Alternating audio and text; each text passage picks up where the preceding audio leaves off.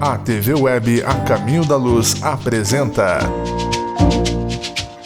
Palestras Espíritas.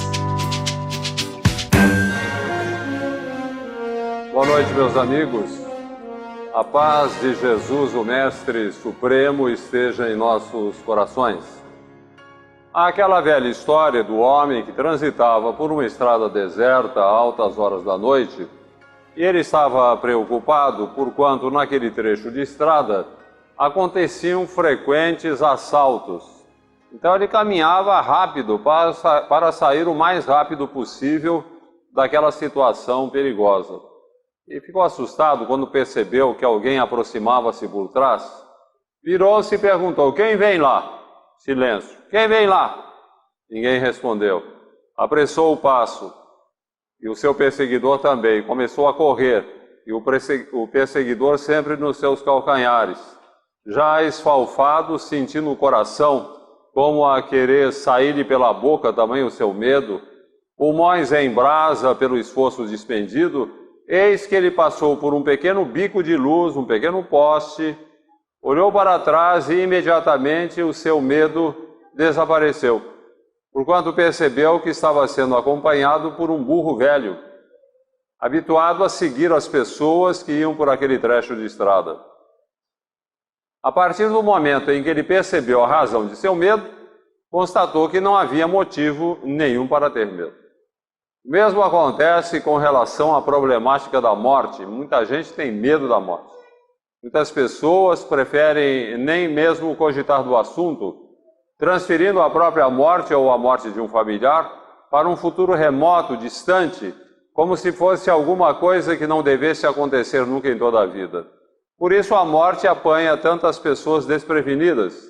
Por isso muitas pessoas se perturbam, principalmente ante a morte súbita de um familiar. No entanto, não deveria ser assim. Afinal, a morte é a única certeza da vida. Todos nós, sem exceção, vamos morrer, retornaremos ao mundo espiritual. A Terra pode ser para nós uma oficina de trabalho, uma escola, um albergue, uma prisão, um hospital, depende do que estejamos fazendo aqui. Mas não é o nosso lar. Este está no mundo espiritual, e para lá retornaremos todos quando chegar a nossa hora. Importante, portanto, que estejamos preparados. E o objetivo da palestra desta noite é justamente desmistificar a morte, tirar de em torno da morte essa atmosfera pesada, densa, escura, como se fosse a pior coisa da vida, e demonstrar que a morte é um processo de libertação, é o retorno à nossa pátria. O objetivo é tirar essa impressão tétrica, pesada, densa, que envolve a morte. Vamos contar uma história mostrando o processo da morte. A história da morte de um homem. Vamos acompanhar o processo do seu desencarne. Como é que ele retorna ao mundo espiritual, o que vai acontecer com ele. Mais ou menos o que vamos mostrar hoje será o que vai acontecer conosco quando chegar a nossa hora. Vamos contar a história de um homem chamado Benigno Belloni. A história, inclusive, fala de um homem bom. Benigno Belloni é uma pessoa que leva a sério as suas responsabilidades. E vamos contar a história dele, então, e vamos ver o que vai acontecer com ele. Temos aí a apresentação do nosso herói. Benigno Belloni, companheiro dos humildes, praticante da caridade, espírita convicto. Ele levando mantimentos a uma família pobre. Parece mania de espírita. O espírita está sempre interessado em praticar a caridade, atender o necessitado, fazer alguma coisa em favor do próximo. Não é mania de espírita, é que o espiritismo nos leva a esse tipo de comportamento, demonstrando que o elemento gerador de todos os males humanos é o egoísmo. É porque pensamos muito em nós mesmos que nos comprometemos no vício, no desregramento. A caridade é o antídoto do egoísmo. Na medida em que, para sermos caridosos, somos obrigados a vencer o egoísmo, a deixar de lado o egoísmo, começamos a vencê-lo. Então, Benigno é um espírita convicto, embora pedreiro humilde, ele encontra tempo e disposição para levar gêneros alimentícios a uma família mais pobre que ele próprio. O espírita consciente, esclarecido, que sabe que precisa praticar o bem. Na sua condição de pedreiro humilde, Benigno, certo dia, desempenhava a sua função quando sentiu uma forte pontada nas costas, radiando para o estômago, tão forte que ele desmaiou. Foi imediatamente socorrido, levado ao hospital, mas, na verdade, estava se manifestando o mal que deveria determinar a sua desencarnação, um câncer no estômago. Benigno esteve vários meses em tratamento, no final estava acamado, recebendo o carinho da família, o cuidado dos médicos, mas o mal era inexorável. E ele percebe que a sua hora está chegando. É um detalhe interessante. Pessoas mais espiritualizadas, como o Benigno, têm uma ideia da hora da morte, começam a perceber que a sua hora está chegando. E o que faz Benigno? Apega-se à vida, ora, pede a Deus que lhe dê uma moratória, porque não chegou a hora, ele tem coisas para fazer ainda, ele não pode desencarnar agora. Não, Benigno é uma pessoa perfeitamente consciente de que a sua hora está chegando, ele não tem medo, ele é um cumpridor de seus deveres, ele simplesmente entrega-se aos cuidados dos bons espíritos e entrega a família aos cuidados de Deus. Alguém perfeitamente preparado, não só pela vida que tem, mas também pela sua postura diante da morte que vai se aproximando. Então ele é alguém muito bem preparado. Em face das suas orações, do seu trabalho, dos seus méritos, Benigno faz por merecer uma assistência muito ampla do mundo espiritual na hora da morte. E todos nós, quando chegar a nossa hora, vamos ter alguém para nos ajudar. O processo da morte implica em desligamento de laços fluídicos que nos prendem ao corpo.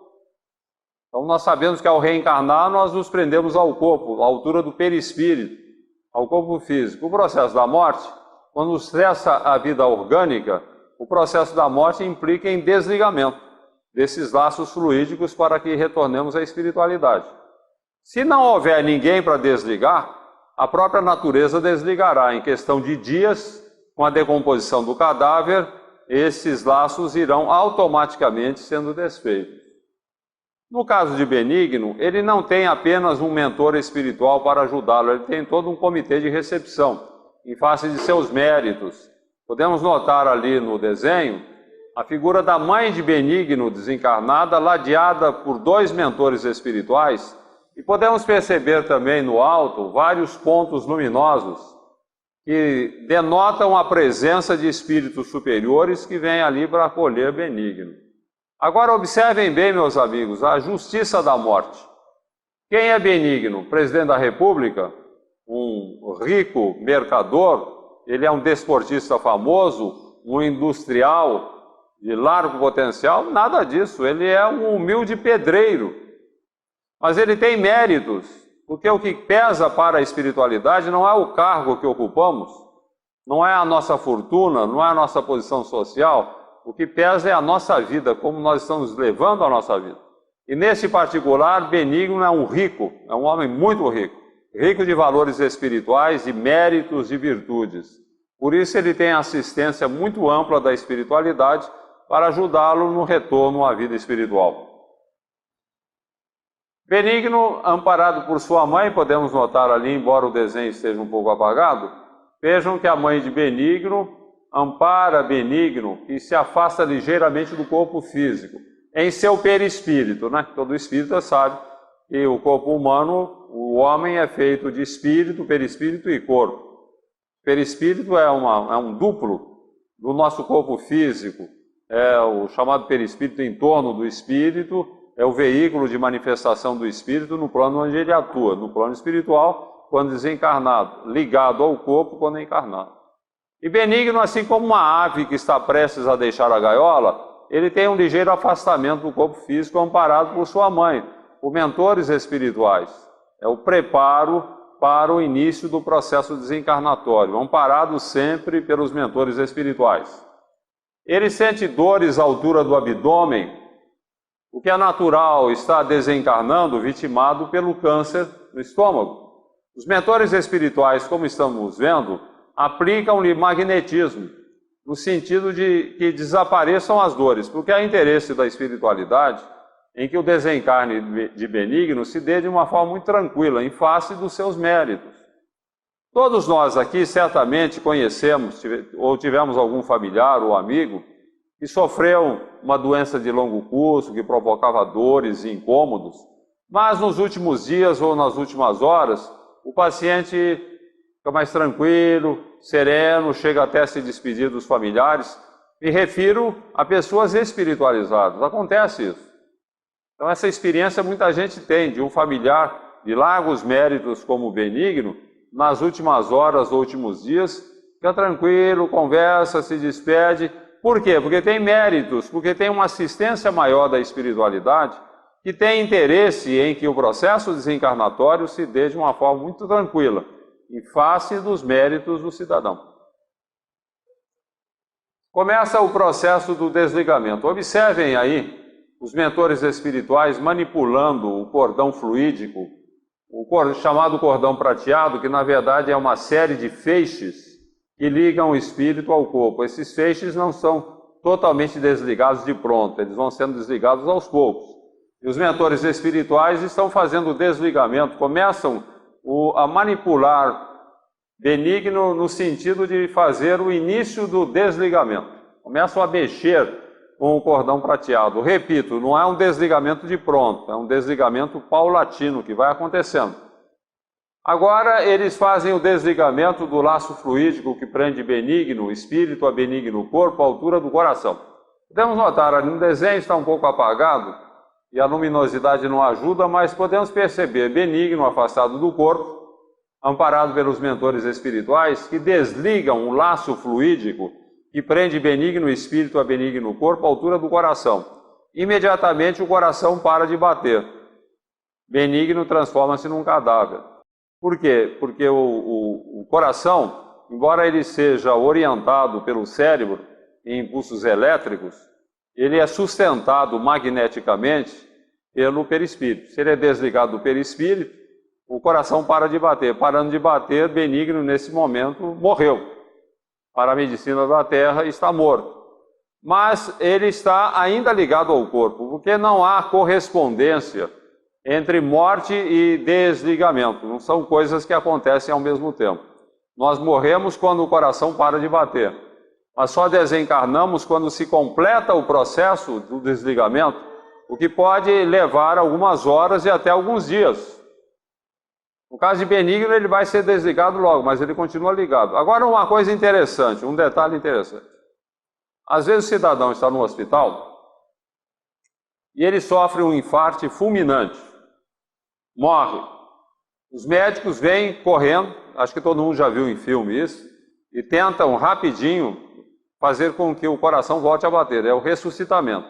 Massagem intracardíaca, respiração artificial, choque elétrico, adrenalina intracardíaca, tem uma série de recursos que são utilizados no sentido de fazer com que o coração volte a bater.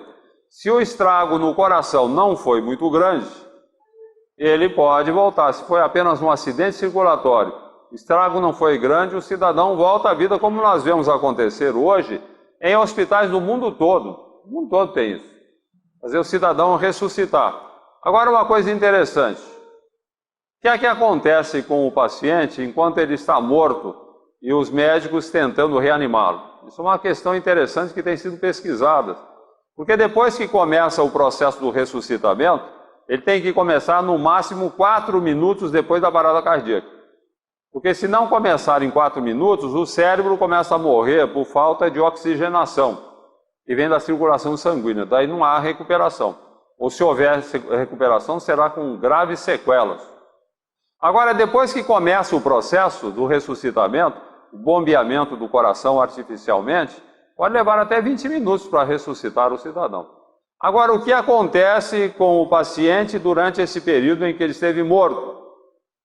Dr. Raymond Moody Jr., médico americano, publicou no século passado, década de 70, um livro muito interessante de pesquisas que ele fez em torno do assunto. Médico americano, pesquisou nos Estados Unidos.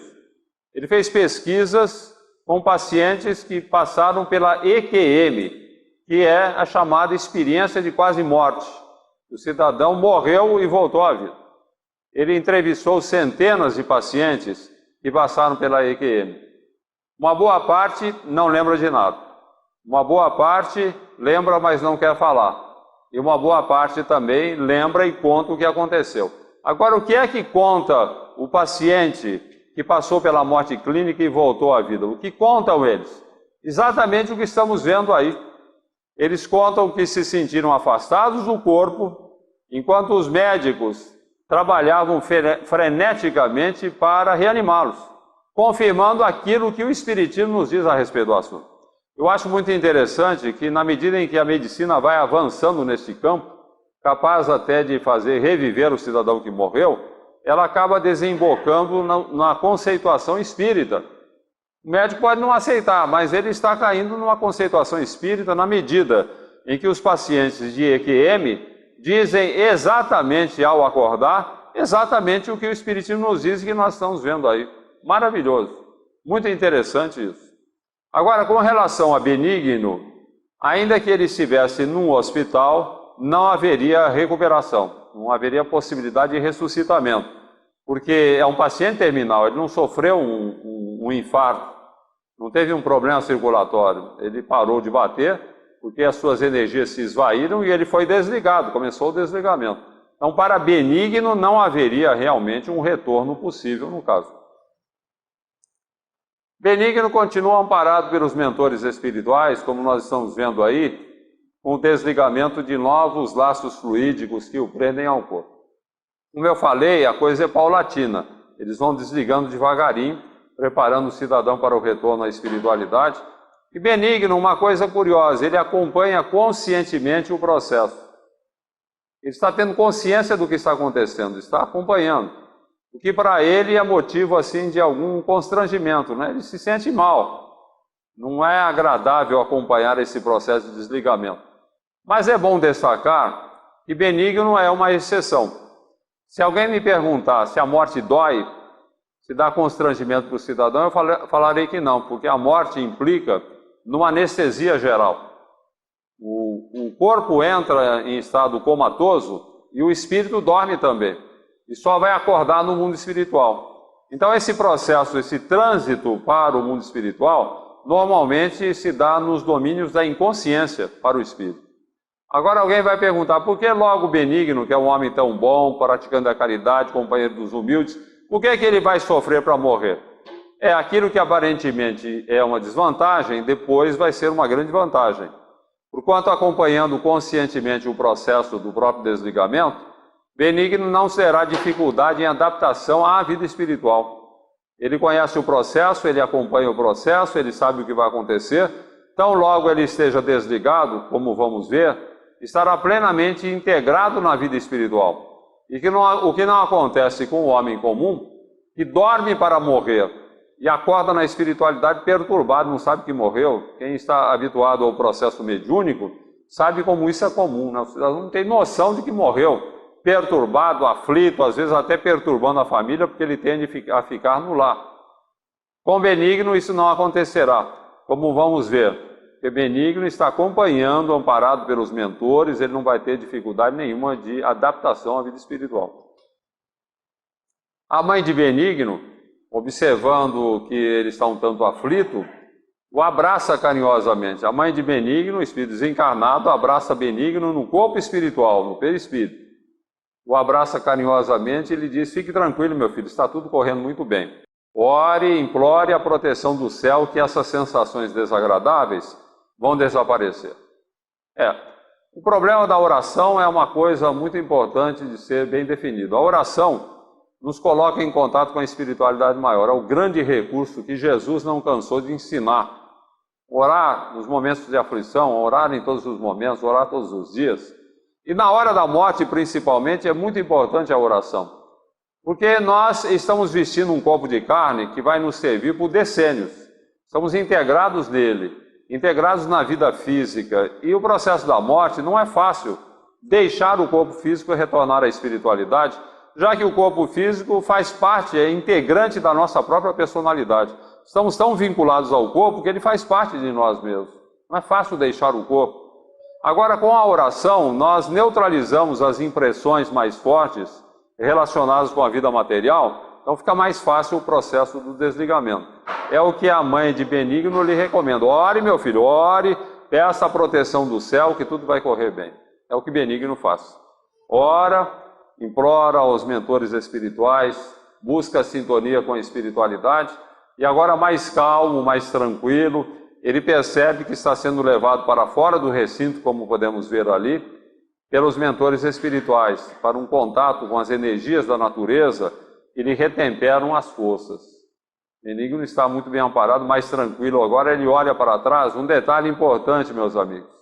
Benigno, como vemos aí, olha para trás e ele percebe que da cabeça dos familiares em oração partem vibrações luminosas que o atingem, dando-lhe brando alívio. É a família disciplinada, a família espiritualizada, a família que aceita o que está acontecendo, está orando por Benigno, que não opõe resistência. Isso é fundamental na hora da morte, porque tem muita gente que atrapalha o processo desencarnatório. Raros têm esse discernimento na hora da morte de um familiar. Geralmente as pessoas se apegam muito, não se conformam com a separação. Nós somos profundamente egoístas na hora da morte de um familiar. Pensamos sempre na nossa perda pessoal. Ao meu pai, ao meu filho, à minha esposa, ao meu irmão, ao meu amigo, ao meu amor. Temos uma profunda sensação de perda pessoal. Sentimos uma profunda solidão, mas ninguém pensa naquele que está desencarnando, naquele que está atravessando a crise da morte. A morte, como Kardec acentua, ela impõe uma crise ao espírito. Como eu comentei, não é fácil deixar o corpo. Em qualquer circunstância, o maior que seja o nosso preparo, é uma coisa complicada. Então, nessa hora em que o espírito deve ter o apoio da família, acontece o contrário. A família se apega, a família se revolta, a família não quer, a família reclama, e se o cidadão está na agonia, a família fica orando, porque ele é tão importante, porque ele não pode morrer, nós queremos que ele morra. E o que acontece com um semelhante comportamento? A família cria uma teia de retenção vibracional que não vai evitar a morte, mas vai prolongar a agonia. Uma coisa interessante, se o paciente teria que morrer em algumas horas, pode levar alguns dias, porque a família fica orando ali, vibrando que ele não pode morrer, cria uma teia vibratória, magnética, que retém, que dá uma vitalidade artificial ao corpo.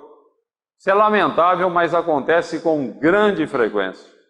Eu conversava com uma médica que atendia lá os anjos do asfalto, na Via Dutra, são chamados anjos do asfalto, porque fazem um atendimento de acidentados da Via Dutra.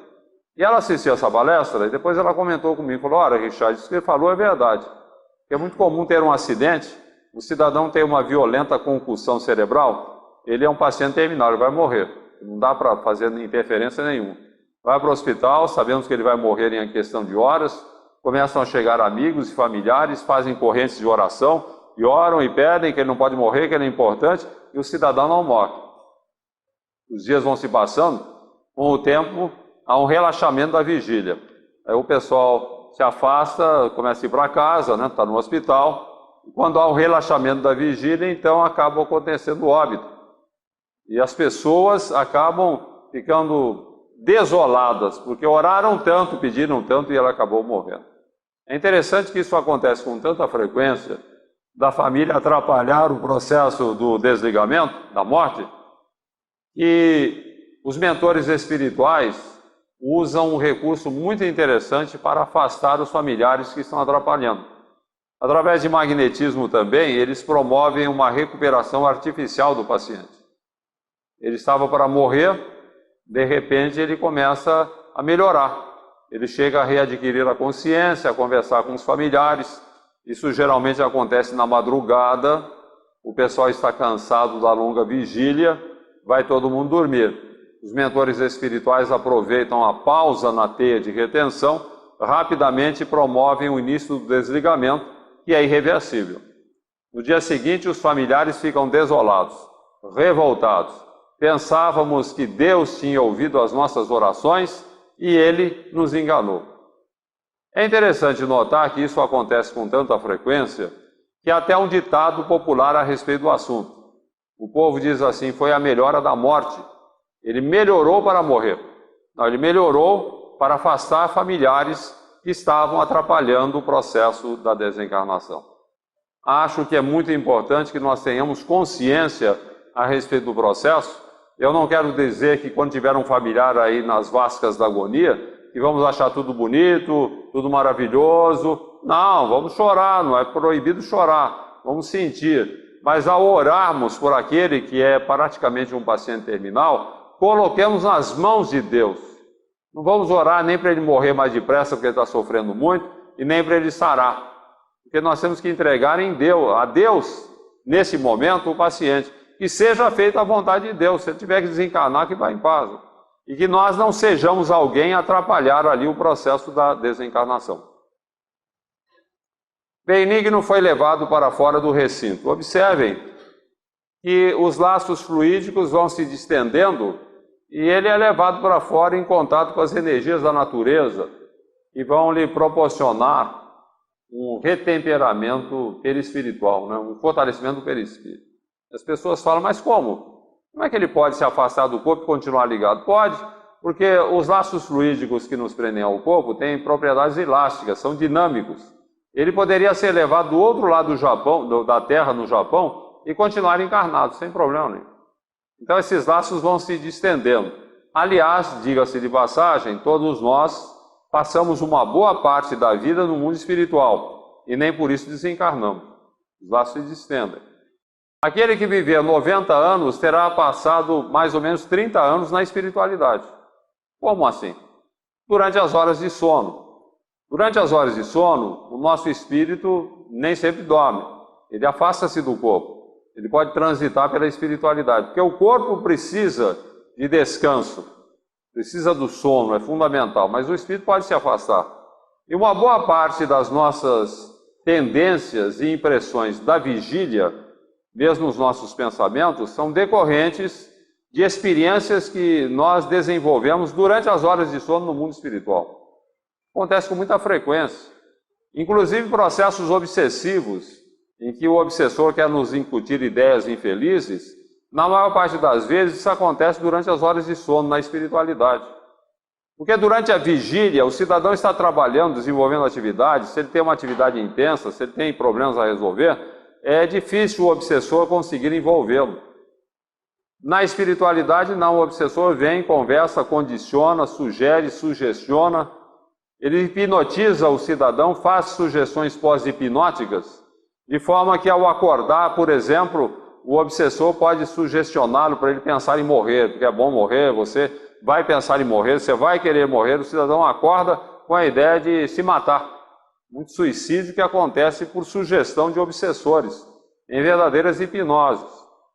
Então acontece, assim como nós podemos também colher boas impressões, boas ideias, durante as horas de sono, amparados por amigos, por mentores espirituais. Podemos tanto ser bem influenciados quanto mal influenciados. Depende do tipo de vida que levamos. Cidadão empenhado na prática do bem, que se preocupa em servir, em atender o semelhante, em desenvolver atividades em favor do próximo, logicamente no plano espiritual será muito bem amparado, vai estudar, vai aprender, vai trabalhar, vai encontrar familiares. Já aquele que tem uma vida desregrada, que não tem preocupação nenhuma em relação aos próprios objetivos da existência humana, durante as horas de sono vai ficar à mercê de espíritos obsessores que vão assediá-lo e até induzi-lo a fazer coisas erradas. Agora, como é que eu vou saber? Então, uma coisa importante, como é que eu vou saber se estou sendo bem ou mal influenciado durante as horas de sono? Como é que podemos saber? Basta analisar como nós acordamos. Como é que acordamos de manhã? Alegres, felizes, satisfeitos, plenamente descansados, em paz com a vida, beleza, estivemos bem amparados durante as horas de sono. Acordamos nervosos, irritados, zangados, já brigando com o familiar logo cedo, já chutando lata. Há pessoas que acordam de mau humor. Cuidado, você está sendo mal influenciado durante as horas de sono. É preciso que nós nos preparemos para dormir, a fim de que possamos ter um trânsito feliz, bem amparado na espiritualidade durante as horas de sono. Como é que eu vou fazer isso? Não tem uma fórmula especial de você, na hora que você vai dormir, você vai fazer uma prece, uma boa leitura, tudo isso é importante. Mas o importante é o nosso comportamento durante o dia todo. Não adianta eu ter uma vida desregrada, fazer muitas coisas erradas e na hora de dormir fazer minha oração, minha leitura, não vai resolver. É um processo. Essa questão de sintonia espiritual envolve o dia todo, a vida toda. Aqueles que estão sempre pensando no bem, que combatem as imperfeições, que procuram viver bem com a família, com os semelhantes, esses vão para a espiritualidade, normalmente estarão bem amparados. Então depende do tipo de vida que levamos para saber como nós estaremos amparados, não apenas na hora da morte, mas diuturnamente também, a cada dia que a gente vai para o mundo espiritual durante as horas de sono. Coelho Neto dizia que o sono é um mergulho na eternidade. Beleza de imagem, é isso mesmo. Nós dormimos, nós mergulhamos na eternidade.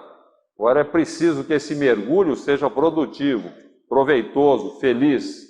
E isso não depende dos espíritos, depende de nós, da vida que vamos levando.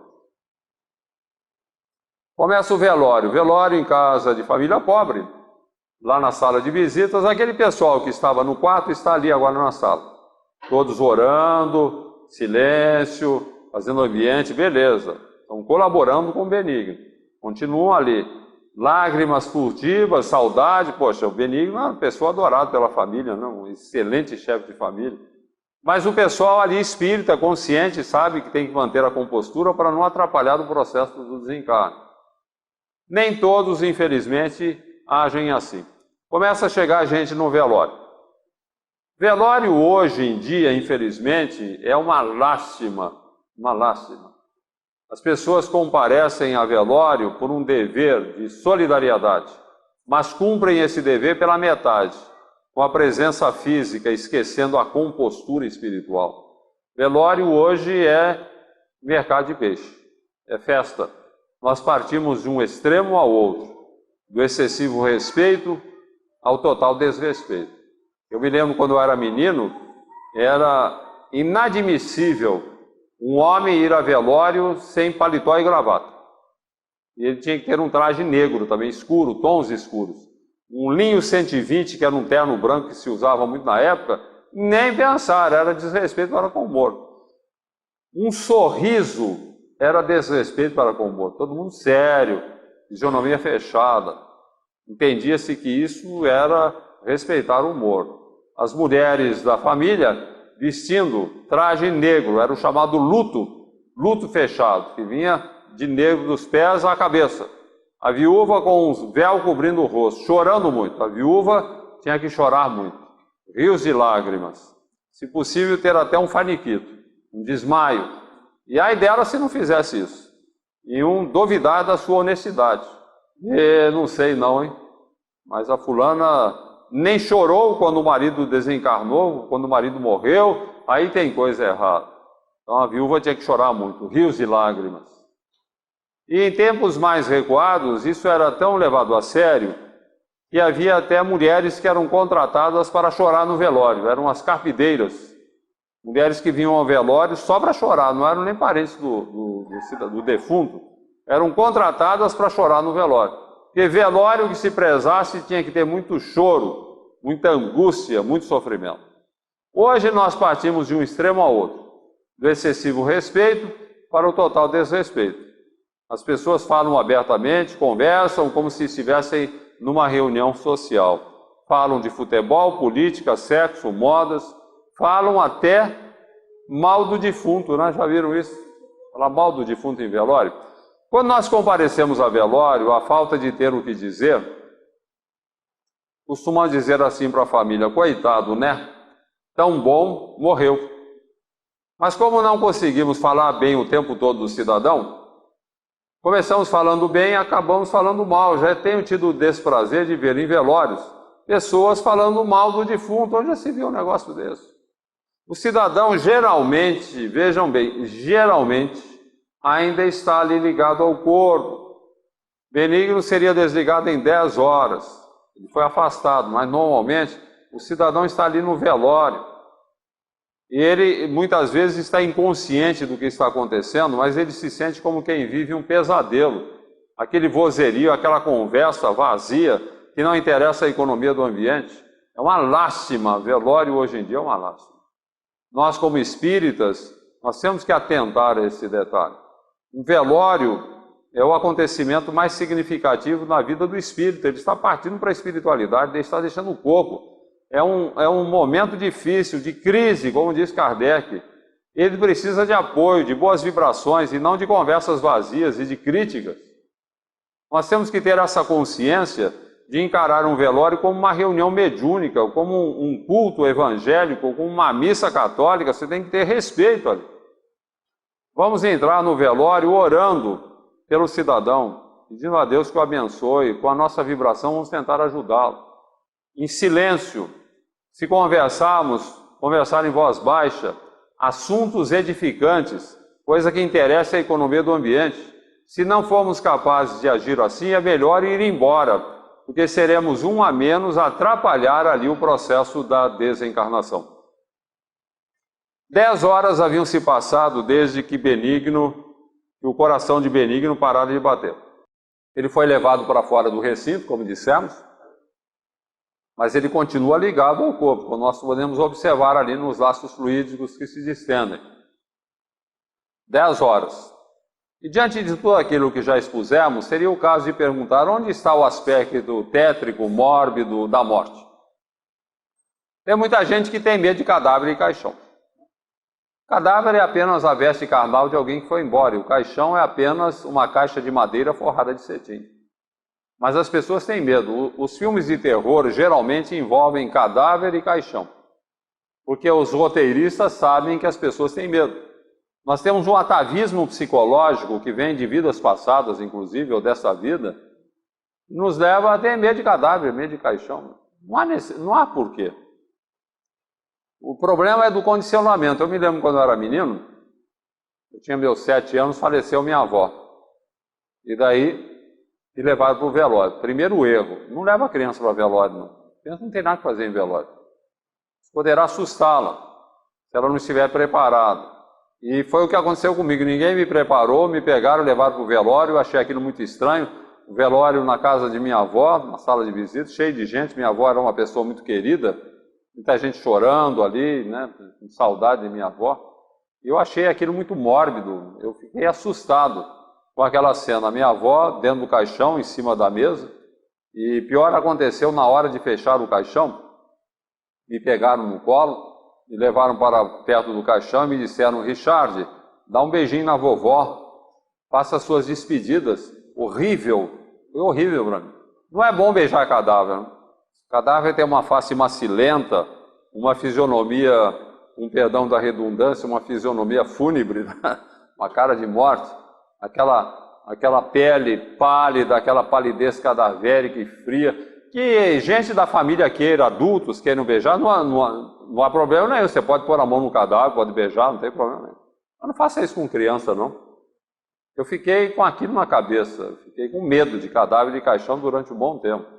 Por quê? Porque eu sofri um condicionamento que foi imposto pelos adultos, na boa vontade, né? Boa intenção, mas a boa intenção às vezes não dá certo. Então não devemos levar a criança a velório?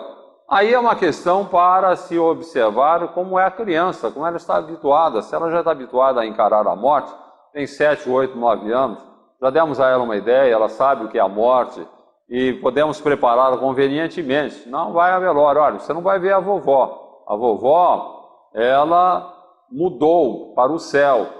E o que você vai ver é apenas a veste carnal que a vovó usava e que Papai do Céu vai usar agora para preparar uma outra veste por um ser vivo qualquer, um animal ou um ser humano.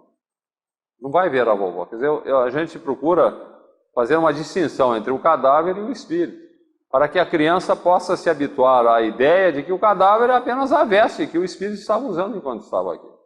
A outra coisa muito importante é a nossa reação diante da morte de um familiar. Cidadão casado, tem filhos pequenos, de repente falece a esposa num acidente, ele se descabela, se desespera, grita, fica tão fora de si que precisam lhe dar um tranquilizante. O que é que os filhos vão pensar a respeito do assunto? Vão pensar que a morte é a pior coisa que possa acontecer, porque quando a mamãe faleceu, o papai só faltou enlouquecer. Ele passa para os filhos essa ideia. Repito, meus amigos, eu não estou pretendendo com isso que achemos tudo muito bonito na morte de um familiar, que ninguém vai chorar. Não, você pode chorar, não é proibido chorar. Claro que nós vamos sentir a dor da separação, mas é preciso que nessa hora façamos valer a nossa convicção religiosa e que tenhamos a consciência de que o familiar está partindo para uma vida melhor, que é o mundo espiritual, e que temos a obrigação de ajudá-lo com as nossas boas vibrações, com a nossa aceitação, com a nossa submissão à vontade de Deus, para que não sejamos alguém que vai se perturbar e perturbar aquele que parte. Eu estou cansado de ver no fenômeno mediúnico, ainda na semana passada, eu conversei com uma jovem desencarnada, ela estava desesperada, porque ela falava: minha mãe, eu não sei, eu só ouço a minha mãe chorar o tempo todo, a minha mãe chorando, porque ela faleceu num acidente, a mãe não se conformava com a desencarnação, e chorava dia e noite pensando na filha, falando com a filha, chamando pela filha, e isso perturbava a moça, né? Falta de preparo, tanto da moça que partiu, quanto da mãe que ficou. Nós precisamos aprender a encarar com sobriedade, com serenidade a problemática da morte, para que não nos perturbemos, nem perturbemos aquele que está partindo, né? Por força do seu destino, ou de coisas que têm que acontecer. Benigno passou por um ligeiro sono e acorda no campo amparado pelo espírito materno. E ela lhe disse que poderiam providenciar o desligamento lá no local do velório, mas estava muito cheio de gente, o ambiente já estava muito carregado, muita gente ali, muita gente que não tem noção nenhuma do respeito que se deve a esse ambiente. Então queriam fazer o desligamento ali mesmo no campo, providenciar um derradeiro desligamento. Ela orienta Benigno e lhe fala que entre em oração novamente. Benigno, nos braços de sua mãe, ora. Em oração, ele pede a proteção do céu, é feito o derradeiro desligamento, e agora vemos Benigno desencarnado. Olhem ele ao lado de sua mãe e de dois mentores espirituais, perfeitamente integrado na vida espiritual. Ele que acompanhou o próprio desligamento, ele que tinha noção do que estava acontecendo e que estava preparado para a morte. Essa é a grande vantagem. Ele poderá, inclusive, se o desejar, acompanhar o próprio sepultamento, o que fazem espíritos mais evoluídos em condição para isso. Acompanham o próprio sepultamento em sinal de respeito pelo corpo. Afinal, nosso corpo é uma máquina perfeita dentro de suas finalidades, que nos dá uma bolsa de estudos na escola da reencarnação, sem a lembrança do passado, a fim de que superemos paixões e fixações que precipitaram nossos fracassos no passado. O corpo humano é uma máquina maravilhosa, jamais os cientistas deixarão de encantar-se com ele. Então nós temos que ter respeito pelo corpo. E como eu comentei, há espíritos que acompanham o próprio sepultamento em sinal de respeito. Mas há também aqueles que acompanham o próprio sepultamento por terem desrespeitado o corpo. São aqueles que destroem o corpo de dentro para fora e de fora para dentro. De fora para dentro com os vícios, cigarro, álcool, drogas, vida desregrada, alimentação irregular, falta de exercício. O cidadão está destruindo o corpo de fora para dentro. E aqueles que o destroem de dentro para fora, com sentimentos negativos. Cidadão muito triste, muito angustiado, só pensa negativamente, se sente infeliz o tempo todo, né? Pessoa que leva desaforo para casa e, não obstante, a pessoa fica odienta, fica com mágoa, não consegue perdoar. Isso é uma lástima na vida das pessoas, porque isso perturba os mecanismos imunológicos, favorecendo a evolução de doenças graves como o câncer, por exemplo. Às vezes uma pessoa está tão magoada porque ela não perdoou, que ela favorece a evolução do câncer. E tanto aqueles que destroem o corpo de fora para dentro com o vício, quanto aqueles que destroem o corpo de dentro para fora com as emoções desajustadas, não podem ser desligados de pronto, porque eles estão muito presos à vida material. Estão desencarnando antes do tempo. O cadáver é enterrado, o cidadão vai junto. É terrível, né? O cidadão se sentir junto ao corpo, ligado ao corpo que está entrando ali em decomposição, ele fica à altura ali da superfície, é um espetáculo dantesco, mas não é castigo não, é misericórdia, porque se ele for desligado antes do tempo, ele vai ter problemas de adaptação à vida espiritual. Então é preferível deixá-lo junto ao corpo para superar as impressões mais fortes, para depois ele ser desligado. Ou a própria natureza fazer o desligamento em questão de alguns dias, com a decomposição do cadáver. Mas tudo por quê? Falta de preparo para a morte. As pessoas que não cuidaram bem do corpo, não cuidaram bem da sua vida, não procuraram fazer o melhor. Um detalhe interessante nesse slide que estamos vendo ali, é a mãe de Benigno, que aparece bem mais nova que ele, né? Como já vimos no desenho anterior. Por quê? Porque ela desencarnou mais nova e o espírito tende a conservar perispiritualmente a morfologia compatível com a idade que tinha ao desencarnar. Como ela desencarnou bem mais nova, ela parece mais nova, parece filha de Benigno, não sua mãe. Isso é normal acontecer. Agora, o Benigno poderá, já integrado na espiritualidade, ele poderá rejuvenescer, porque o perispírito atende ao comando do espírito já consciente, esclarecido e preparado. Ele pode aparecer mais novo, mais velho, ela pode aparecer mais nova, né? Isso acontece, embora o espírito tenda, principalmente no processo mediúnico, a apresentar-se com aquela aparência que ele tinha ao desencarnar, até por uma questão de identificação das pessoas. Benigno é levado para uma instituição socorrista do mundo espiritual, das muitas que há por lá, essa chama-se Lar de Jesus, onde ele vai fazer a sua reintegração na vida espiritual, vai se reintegrar na vida verdadeira. Agora, fica a pergunta, e o homem mau? Como é a morte de um homem mau? Porque nós vimos a morte de um homem bom. O processo é o mesmo, o desligamento é o mesmo, ele vai ter que ser desligado, só que não vai ter essa assistência toda que vimos aí, né? Ele vai ter uma morte mais complicada, ele vai ter um desligamento mais complicado, ele vai ficar mais tempo ligado ao corpo, ele vai ter graves problemas quando ele retornar à espiritualidade, mas de qualquer forma ele estará aprendendo as suas lições, voltará ao processo reencarnatório, assim como todos nós, e assim iremos indo de vida em vida, de morte em morte, de reencarnação em reencarnação, aprendendo as lições da vida até que tenhamos condições de viver apenas no mundo espiritual, né, em estágios mais altos de espiritualidade, sem experimentarmos mais a morte e sem experimentarmos mais a reencarnação. Bem, gente, na parte de slides nós vamos encerrar por aqui.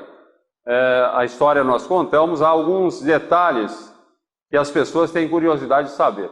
Diga-se de passagem, quando fazemos um seminário que é mais extenso, as pessoas começam a fazer as perguntas, e são dezenas de perguntas, tanta pergunta que não dá para responder a todas. Aliás, com base nas perguntas que eu recebi durante muito tempo, quando recebíamos as perguntas, é que eu preparei o livro Quem Tem Medo da Morte. É um livro que é uma cartilha sobre a morte, mostrando os vários aspectos da morte, e muita gente que tem familiar que está assim, se avizinhando da morte, com um problema sério, costuma comprar o livro, dar de presente, ou para a própria família se conscientizar do que é a morte e de como nós devemos ajudar aquele que está retornando ao mundo espiritual. Mas, como eu dizia, há algumas perguntas fundamentais que nós queremos lembrar agora. Eu tenho certeza que muita gente está pensando, inclusive, tendo dúvidas a respeito do assunto. A primeira diz respeito à doação de órgãos. Eu não vou falar da doação de órgãos nobres, como os rins, o fígado, pulmões, coração, porque é um processo muito complicado, só envolve pessoa jovem, pessoa de mais idade, não dá para aproveitar esses órgãos. É preciso que a morte se dê por uma concussão cerebral, quer dizer, um acidente, ou então um infarto fulminante.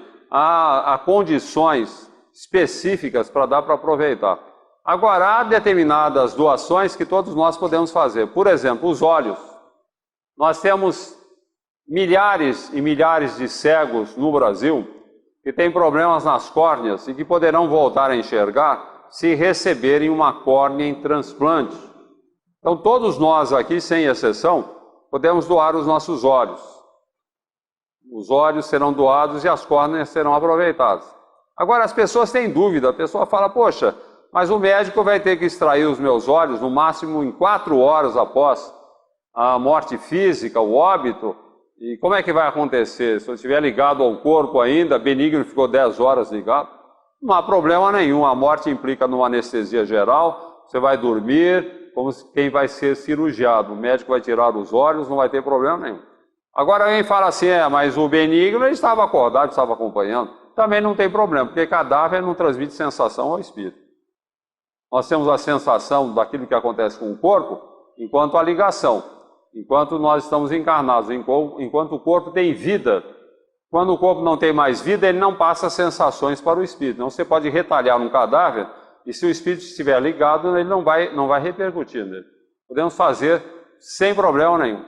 Acho que é um ato nobre, que deve merecer a nossa atenção. A família, às vezes, fica constrangida, né? E acha ruim, vai mexer no cadáver, parece uma profanação. Não é profanação, não. Vamos fazer a doação, procurar o oftalmologista que nos atende, avisar: olha, quando eu desencarnar, vai lá e retira os olhos, que eu vou deixar o dispositivo para a minha família. É uma boa campanha que nós podemos fazer. Podemos ser muito beneficiados. É um ato de caridade, né? É um ato de caridade. E quem pratica a caridade vai receber sempre benefícios. Até uma história interessante, está no livro psicografado por Chico Xavier, Mais Amor. A história é tão interessante que eu a transcrevi no livro Quem Tem Medo da Morte. É a história de um rapaz que ele resolveu fazer a doação de seus olhos. Mas tempos depois, por um problema existencial qualquer, ele chegou à conclusão de que não valia a pena continuar a viver. Ele passou a mão no revólver, deu um tiro no peito, matou-se. Aqui eu quero abrir um parênteses. Se vocês me perguntarem qual o pior tipo de morte, eu responderei tranquilamente: é o suicídio. Porque no suicídio você não pode dizer que foi a vontade de Deus, foi a vontade da pessoa, vontade indébita, violenta o seu corpo espiritual, violenta o corpo, é uma tragédia. O Espiritismo é muito claro ao nos dizer que o pior sofrimento da Terra não se compara ao sofrimento do suicídio.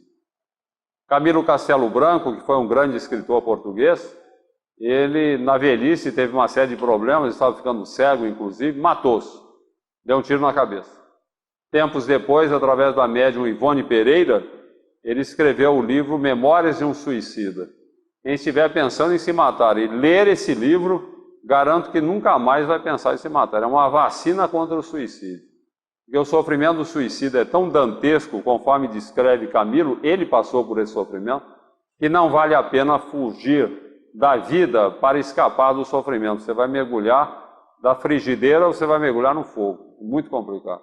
Eu entendo que as reuniões de assistência espiritual no centro espírita, com aplicação de magnetismo, comparecem muitas pessoas.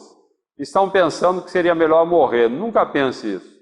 Não é melhor morrer, não é melhor viver. Você começa a pensar que é melhor morrer, dali a pouco você vai pensar em como morrer, e dali a pouco está pensando em se matar. É péssimo para o espírito. As pessoas têm que ser esclarecidas de que não vale a pena. É literalmente mergulhar, pular da frigideira para o fogo. Então, suicídio, minha gente, nem pensar. Eliminemos essa palavra no nosso vocabulário. Nunca digamos que eu gostaria de morrer, eu gostaria que Deus me levasse, seria melhor morrer. São vibrações extremamente negativas que atraem influências inferiores e podem até nos induzir ao suicídio. Fecha parênteses. Voltamos à história do menino que doou as córneas, depois de algum tempo ele se matou, deu um tiro no peito. Foi para o mundo espiritual em grande sofrimento, como acontece com todo suicida. Sofreu bastante na espiritualidade. Depois de algum tempo ele foi socorrido, levado a uma instituição assistencial do plano espiritual, uma instituição hospitalar. Foi tratado, porque ninguém fica para sempre sofrendo. Tem aquele período lá de ajuste, que o cidadão tem que ficar em regiões umbralinas. Vai chegar um momento que ele vai ser recolhido, como aconteceu com esse rapaz. Ele foi tratado lá pelos médicos do além, mas ele tinha ali no local do tiro um ferimento, porque o suicídio tem esse problema. Se alguém pegar um revólver e der um tiro, o meu perispírito não será atingido. Eu posso morrer, o perispírito não será atingido. Mas se eu pegar o revólver e der um tiro no peito, o perispírito será atingido. Porque o nosso perispírito é atingido pelo que nós fazemos e não por aquilo que os outros nos fazem. O suicida destrambelha o perispírito. Quando ele reencarnar, depois de sofrer muito no mundo espiritual, ele vai ter problemas também. O cidadão que deu um tiro no peito, ele pode reencarnar com tendência a ter problemas cardíacos. Se ele morrer afogado, ele pode ter asma. Se ele der um tiro no cérebro, de acordo com a área atingida, ele pode ter uma paralisia cerebral, um retardo mental, tem uma série de coisas. É muito complicado. O Chico Xavier diz que um suicida levará 200 anos para se recompor. Agora, ainda em relação ao suicida, às vezes pessoas que estão na plateia ouvem dizer, né, essas explicações e ficam apavoradas. Meu Deus, a situação do meu filho ou do fulano. não nos esqueçamos que o fulano é filho de Deus também. E ele está, assim, aprendendo a lição de uma forma dura, difícil, mas ele é um filho de Deus. Ele não está à margem da criação, não está perdido. Aprendendo a lição difícil, mas está aprendendo. Tudo que nós podemos fazer pelo suicida é orar por ele. Dizem os suicidas que a oração é o refrigério de suas almas. Então ore por ele, esqueça a circunstância do suicídio, o que aconteceu, não ficar pensando que podia não acontecer, que eu tenho culpa, não tenho. Aconteceu, nós estamos diante do fato consumado. Ore por ele, ore o tempo todo por ele, é o refrigério do suicida, eles dizem isso. Bem, esse rapaz no hospital, ele tinha um ferimento no peito, provocado pelo tiro que lhe deram no peito. Dali emanava uma substância viscosa, assim avermelhada, como se fosse uma hemorragia psíquica. E os médicos não davam jeito. Até que um dia botaram um tampão ali e ele ficou bom. E quando veio o médico, ele agradeceu. Ó, doutor, eu quero lhe agradecer, hein, porque o senhor botou um tampão aqui, foi ótimo. Cessou a hemorragia. E o médico falou, olha, meu filho, não fui eu não. O que aconteceu foi o seguinte. Havia um cego e ele recebeu uma córnea em transplante e voltou a enxergar. E esse cego é muito religioso. Todos os dias ele ora, ele agradece a Deus a dádiva da visão. E pede a Deus que abençoe o doador da córnea que lhe permitiu readquirir a visão. O doador, falou o médico, foi você, meu filho. Então as preces de agradecimento do cego ou do ex-cego é que formaram esse tampão que foi colocado aí e você melhorou. Vejam que até um suicida acabou sendo beneficiado. Não tenhamos medo não, gente. Vamos fazer a doação dos nossos olhos. Qualquer idade eles poderão ser aproveitados. Bem, a segunda pergunta que fazem muita frequência nessa palestra diz respeito à cremação do cadáver. Muita gente quer ser cremada. E as pessoas têm medo. Por isso querem ser cremadas. Eu conversava com uma jovem outro dia e ela me perguntou, escuta, Richard, se eu passar pela morte e for enterrada e acordar na sepultura, o que é que vai acontecer comigo? Você vai morrer, minha filha. Está debaixo da terra, fechadinha. O ar vai faltar em breves minutos. E você vai morrer tranquilamente. Não vai precisar fazer velório, atestado de óbito, já foi tudo antecipado, né? Feito por antecipação. Agora, se você tem muito medo de que isso aconteça, há uma solução. Qual a solução? Você peça à sua família, se você vier a morrer, e coloque um celular no seu caixão. Se você acordar lá, você telefona para a família. Cuidado com o que você vai falar, né? Pensou em receber um telefonema de um defunto que acabou de ser enterrado, é um negócio complicado. Cuidado com o que você vai falar. Agora, um detalhe importante, nós não precisamos ter medo de ser enterrado vivo. Nós trazemos, acredito eu, algumas recordações inconscientes de vidas passadas. Nós passamos por uma situação assim, até de ficar ligado ao cadáver durante algum tempo, e trazemos essa impressão de ter sido enterrado vivo. Por isso que a pessoa tem medo. Nós não vamos ter medo de ser enterrado vivo. Isso podia acontecer no passado. No passado, quando, por ocasião de epidemias, por exemplo, ou de guerras, de batalhas, havia tanto cadáver a ser enterrado que os coveiros improvisados nem sempre se davam ao trabalho de ver se o cidadão estava morto realmente. Hoje isso não acontece. Aqui no Brasil, por exemplo, não pode enterrar ninguém sem um atestado de óbito. E o médico tem que verificar se o cidadão está morto mesmo. Pessoas falam, se tiver em transe letárgico, né, o médico vai achar que está morto. Não. Ninguém morre e acorda na sepultura. Se o coração parar de bater por 4 minutos, o cérebro começa a morrer. É irreversível o processo, não tem volta. O que acontece, o que pode acontecer, é um transe letárgico, em que o corpo começa a funcionar mais lentamente, tão lentamente que dá a aparência do cidadão, dá ao cidadão a aparência de morto. Ele fica com a palidez cadavérica por falta de circulação no sangue, na superfície. Ele pode entrar até em rigidez cadavérica por falta de irrigação sanguínea, porque o coração ele reduz os batimentos a 18 a 20 por minuto. Normalmente é de 80 a 120 por minuto. Então ele fica com a aparência de morto. Agora vem o médico coloca o estetoscópio no peito, vai ver que o cidadão está vivo, ele não morreu não. Ele examina os olhos a ver se ocorreu a midríase, que é uma extrema dilatação da pupila, quando o cérebro morre, ele vai ver se o cidadão está morto ou não. Qualquer leigo pode fazer o exame. Você pega um espelhinho, coloca no nariz. Se fizer uma mancha, é porque tem respiração. Qualquer manchinha tem respiração. Não tiver mancha nenhuma, está morto. Não? Então não há problema nenhum. Nós podemos perfeitamente fazer a doação de nossos órgãos, dos nossos olhos, e podemos perfeitamente encarar a morte de uma forma tranquila, não ficar com medo aí de que você vai ser cremado, que você vai acordar na sepultura ou coisa que o vale. Agora, com relação à cremação de cadáveres, não resta dúvida de que é uma coisa boa. Eu acho ótimo. A cremação de cadáveres é o futuro, não há dúvida nenhuma. Em alguns países a cremação é obrigatória. Na China, onde morrem 12 milhões de pessoas por ano, imaginem 12 milhões de cadáveres, o espaço que eles ocupam. Na China, hoje é proibido enterrar o defunto, tem que ser cremado. E não pode nem enterrar cinzas, elas têm que ser dispersas. Vai ser o futuro, não tenhamos dúvida nenhuma. Eu acho a cremação muito boa. Em primeiro lugar, aproveitamento melhor do espaço do cemitério. São Paulo, por exemplo, há cemitérios que são verdadeiras cidades. No centro da cidade, poderiam ser melhor aproveitados esses espaços. Em segundo lugar, por uma questão de profilaxia, principalmente por ocasião de epidemias, a melhor coisa é queimar o cadáver, para evitar a possibilidade de contágio. E em terceiro lugar, minha gente, nós temos que acabar com o culto aos cadáveres. Pessoas cultuam o cadáver. Onde você vai? Eu vou visitar o fulano. Mas o fulano não morreu? Sim, eu vou ao cemitério. Então o cemitério para muita gente é uma sala de visitas do além. Então vai lá, está com saudade do filho, vai no cemitério, mas peraí, lá no cemitério não tem nada, seu filho não está lá.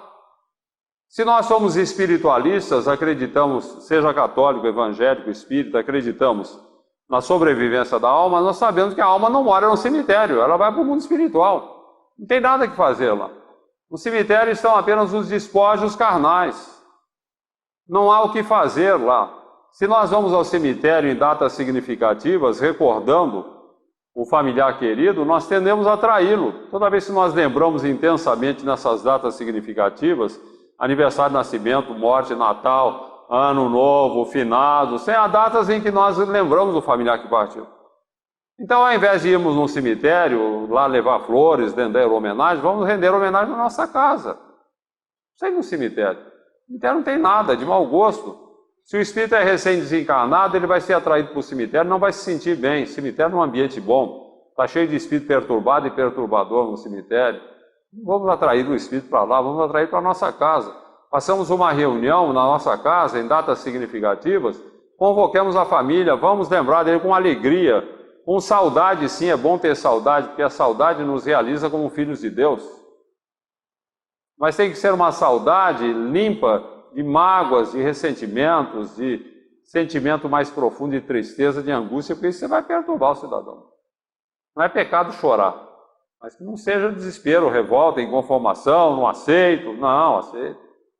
O familiar vai ficar muito feliz se nós o atrairmos para a nossa casa ao invés do cemitério. Eu tenho uma senhora, amiga minha, que ela tinha 4 filhos, um filho desencarnou num acidente, 25 anos.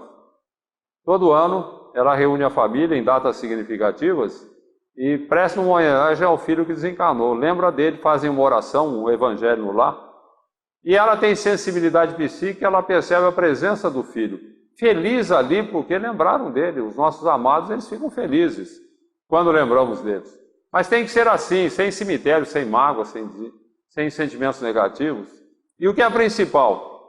Muita gente poderia perceber a presença do familiar se vencesse o medo, o pavor que as pessoas têm de espírito, né? Eu acho interessante, a pessoa fala assim, eu gosto muito do meu pai, mas não quero ver. Mas não é seu pai? É. Então, mas que ele virou assombração. Mas é seu pai. Mas é assombração. Mas é seu pai. Mas é assombração. Então a pessoa passa a ter medo do pai, porque o pai foi para o mundo espiritual. Isso é uma incoerência, gente. Não há por que ter medo de familiar. nós inibimos a possibilidade de ver os familiares justamente pelo medo que temos. Tem medo de ver espíritos e não consegue ver. O medo inibe o processo mediúnico. Isso é elementar em mediunidade. Tem muito médium aí que não consegue trabalhar com médium porque tem medo.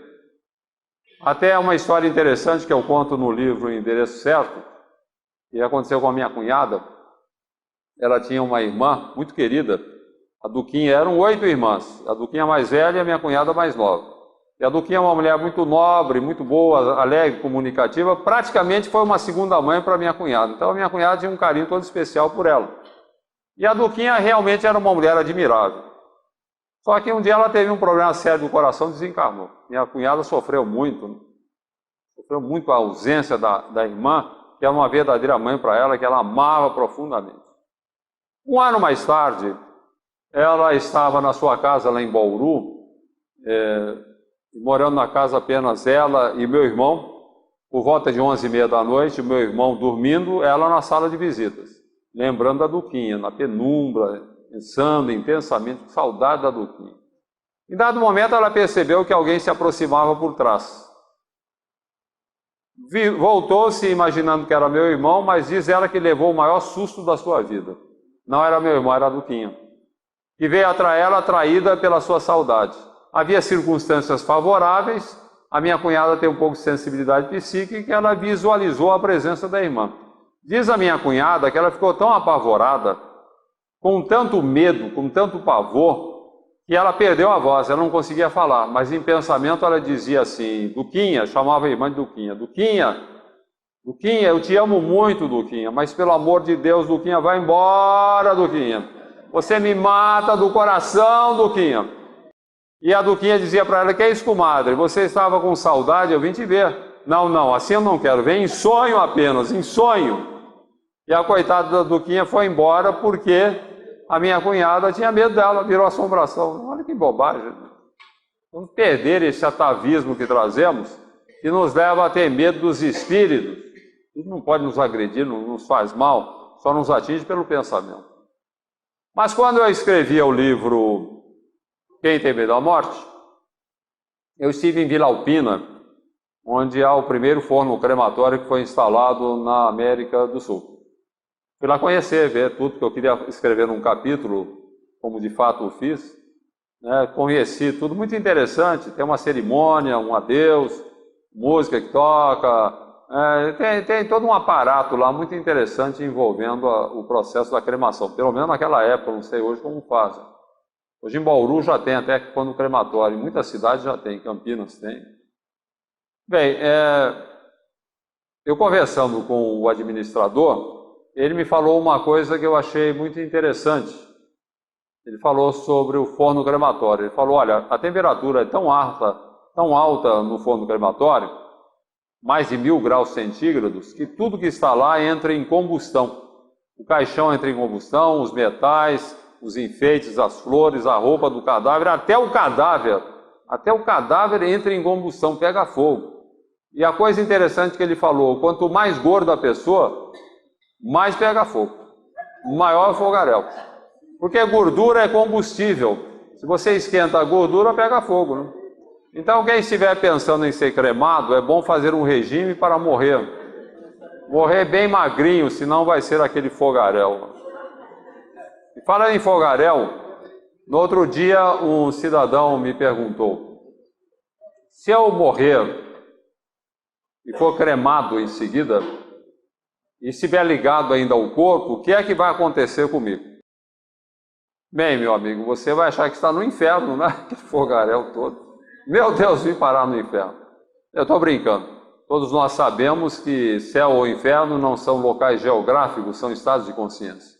O que vai acontecer se o cidadão estiver ligado ao cadáver e ele for desligado, é que ele for cremado, ele vai ser desligado extemporaneamente, antes do tempo, vai ser ruim para ele.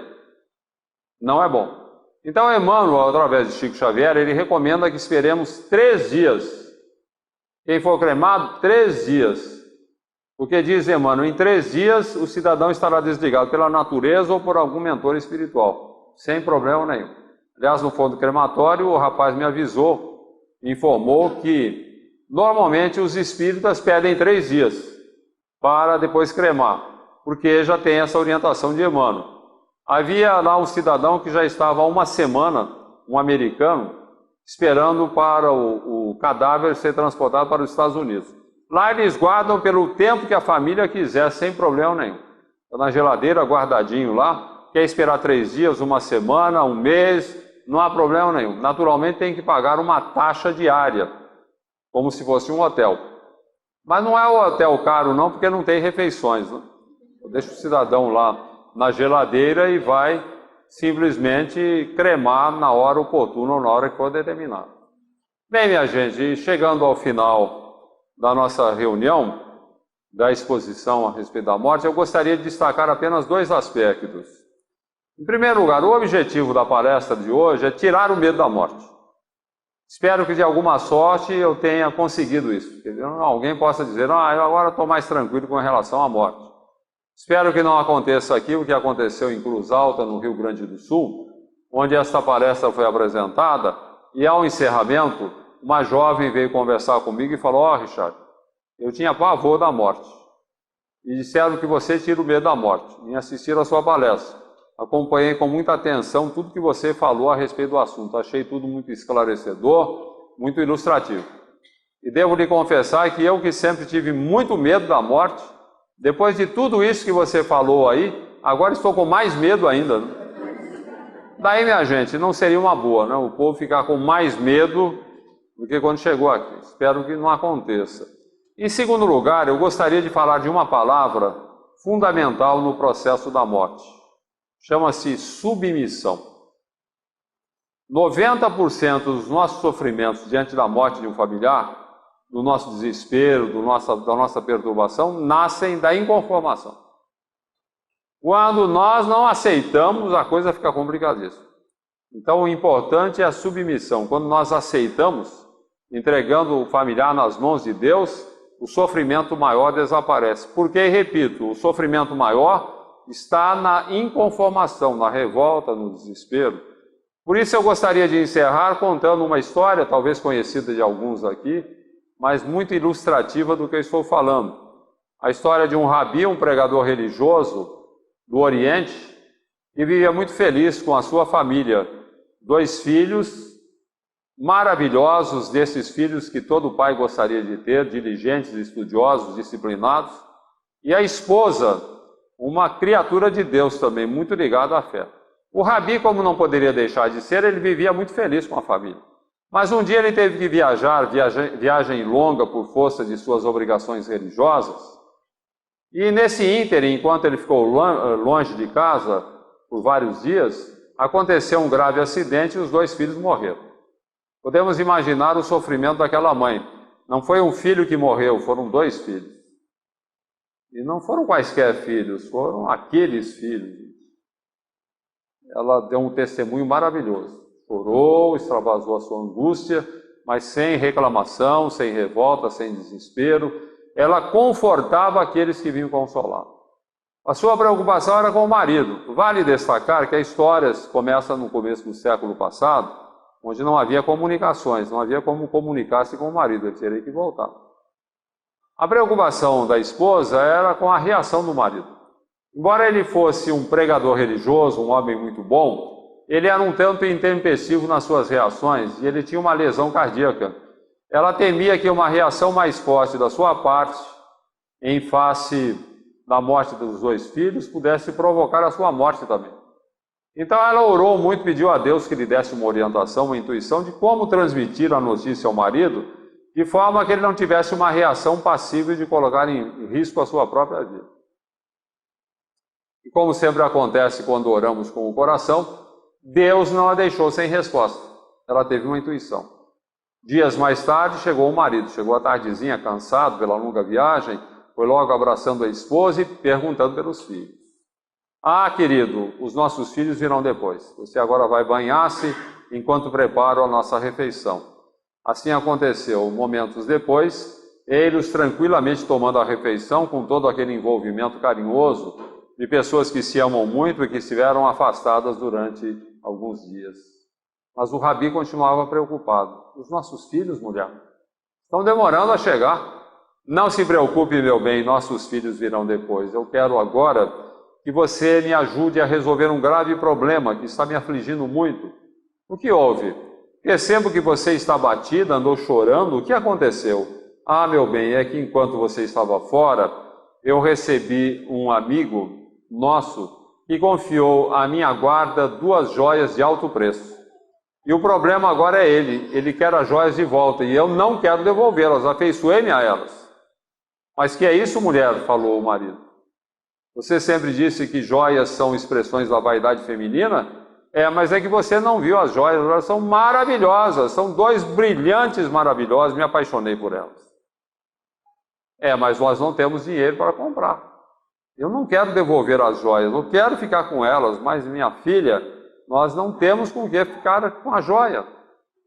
Será apropriação indébita. Não, venderemos a nossa casa, o nosso bem mais precioso, o nosso lar, por causa de joias, expressões da vaidade feminina, de forma nenhuma. Amanhã mesmo eu vou com você, as joias serão devolvidas ao legítimo dono.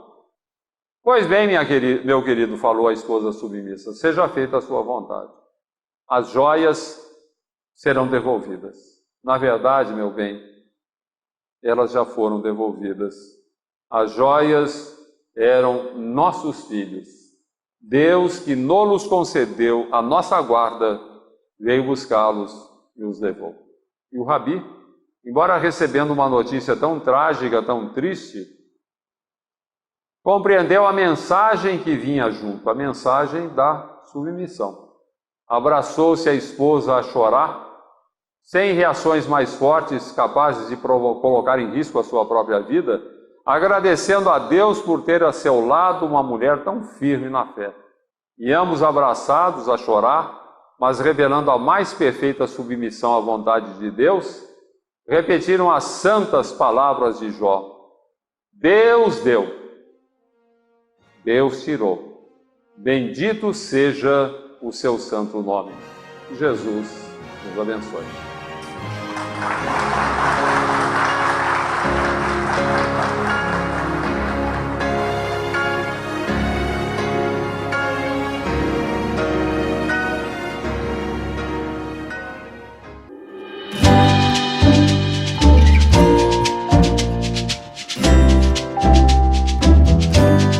A TV Web A Caminho da Luz apresentou Palestras Espíritas.